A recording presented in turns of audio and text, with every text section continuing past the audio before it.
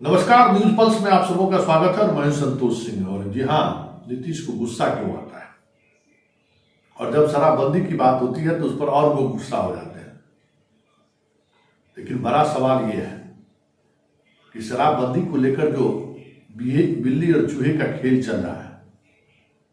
कल तक सत्ता में बीजेपी थी, जहरीली शराब से मौत होती थी तो उनको डिफेंड करने के लिए वो आगे आते थे कि नहीं, जहरीली शराब से तो पूरे देश में मौत होती है, बिहार में हुई तो कोई बात क्या, ऐसी कोई बात नहीं है।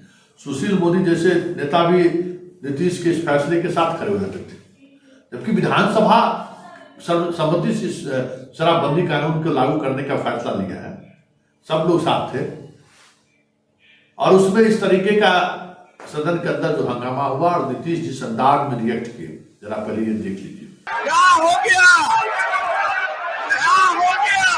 अरे बोल रहे हो क्या? रीडिंग शराब पीने वाला मार्शल शराब पीता है। सभी मार्शल इनके लोगों है उसको ले लीजिए। तो आपने देखा कि नीतीश स्वाभाविक तौर पर ये हाल के दिनों में दूसरी इस तरह की उनकी प्रतिक्रिया है। एक प्रतिक्रिया वो भी आप सुन लीजिएगा, जब विजय सिन्हा एक लखीसराय के मामले में बार बार वो पुलिस की रिपोर्ट को चर्चा कर रहे थे, उस समय में भी नीतीश कुमार इसी तरह से गुस्से से आपे हो गए थे। जरा सुनिए। आपका ये काम नहीं है, आप पूछ रहे हैं, जवाब दिया जा रहा है। अब आप कहिएगा इसको फिर करेंगे, इसका मतलब है संविधान का खुलेआम उल्लंघन कर रहे हैं। माननीय मुख्यमंत्री, अब सुना जाए, चलेगा, इस तरह से नहीं चलेगा। ये बिल्कुल आप ही बता दें, जैसे चले उसी तरह चलाएंगे। आप कौन है जो आप कह रहे हैं कि आज नहीं इसको दूसरे दिन देंगे? जब बीजेपी के साथ थे तब भी उस तेवर में आप थे, आज बीजेपी के साथ नहीं है तब भी वो तेवर में देखे। लेकिन इस तेवर की वजह क्या है, झुंझलाहट क्या है? क्या उन्हें उम्र का असर है या फिर लगातार सत्ता में बने रहने की वजह से जो एक तनाव होता है, वो उस तनाव के दौर से नीतीश गुजर रहे हैं? कुछ भी हो सकता है। लेकिन आज जिस तरीके से तेजस्वी ने बीजेपी से सवाल किया है,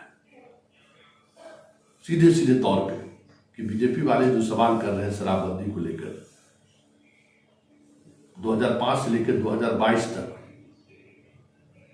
2-3 साल को छोड़ दें तो लगातार सत्ता में तो बीजेपी रही है नीतीश के साथ। और उस दौर में जब जहरीली शराब से मौत होती थी तो बीजेपी के प्रवक्ताओं का रिएक्शन क्या होता था? तो जरा तेजस्वी की भी बात को सुन लीजिए। लेकिन भाजपा लगभग 10 साल से भी ज्यादा 15 साल तक बिहार में काबिज रही।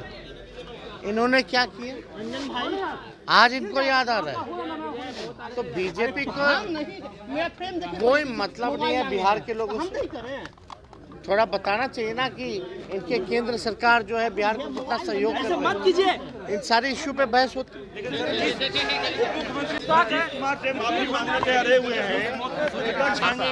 क्या देता है नहीं देता है, इसमें तो जो एडीजी जो है उन्होंने तो बयान दिया ही है ना। तो स्पष्ट है, जब बीजेपी जब तक सत्ता में थी तो कितने लोग मारेंगे? नहीं मुख्यमंत्री, अरे नहीं, भाजपा के लोगों से जब ये पूछिए कि जब बीजेपी सत्ता में थी तो कितने लोग मरे, तब बीजेपी के लोग मौन धारण कर रहे थे कि नहीं कर रहे थे? क्या कर रहे थे भाई? और जो बीजेपी के नेता हैं वो क्या कह रहे हैं शराबबंदी पर, जरा उनकी भी बात सुनिए। गरीब गुरबा को जिस तरह से उससे वसूली कर करके और जेल भेज करके आज जेल के अंदर जगह नहीं है। 20,000 से ज्यादा कैदी शराब के नाम पर वो इससे लोग को आप अंदर भेज रहे हैं। कल इनके यहाँ 6 हत्याएं हो गई है शराब से 1 दर्जन से अधिक। हर जिले के अंदर अपराधियों का एक नया गैंग शराब के कारण खड़ा हुआ है। अपने अहंकार के कारण आप बिहार को रसातल में नहीं भेजिए। भारतीय जनता पार्टी पूर्ण नशाबंदी की मांग की है और नशाबंदी के पक्ष में है, लेकिन नशाबंदी के नाम पर आप गरीबों का दोहन शोषण बंद करिए। नीतीश कुमार जी पर आरोप है, बिहार के मुख्यमंत्री नीतीश कुमार जी गृह मंत्री भी हैं और शराब यदि बिक रहा है तो आरोपी कौन होगा? आप लगातार हजारों लोगों को आपने मरवाने का काम किया। मैं सीधा आरोप लगा रहा हूं कि नीतीश कुमार जी ही जहरीली शराब पीने के लिए मजबूर कर रहे हैं।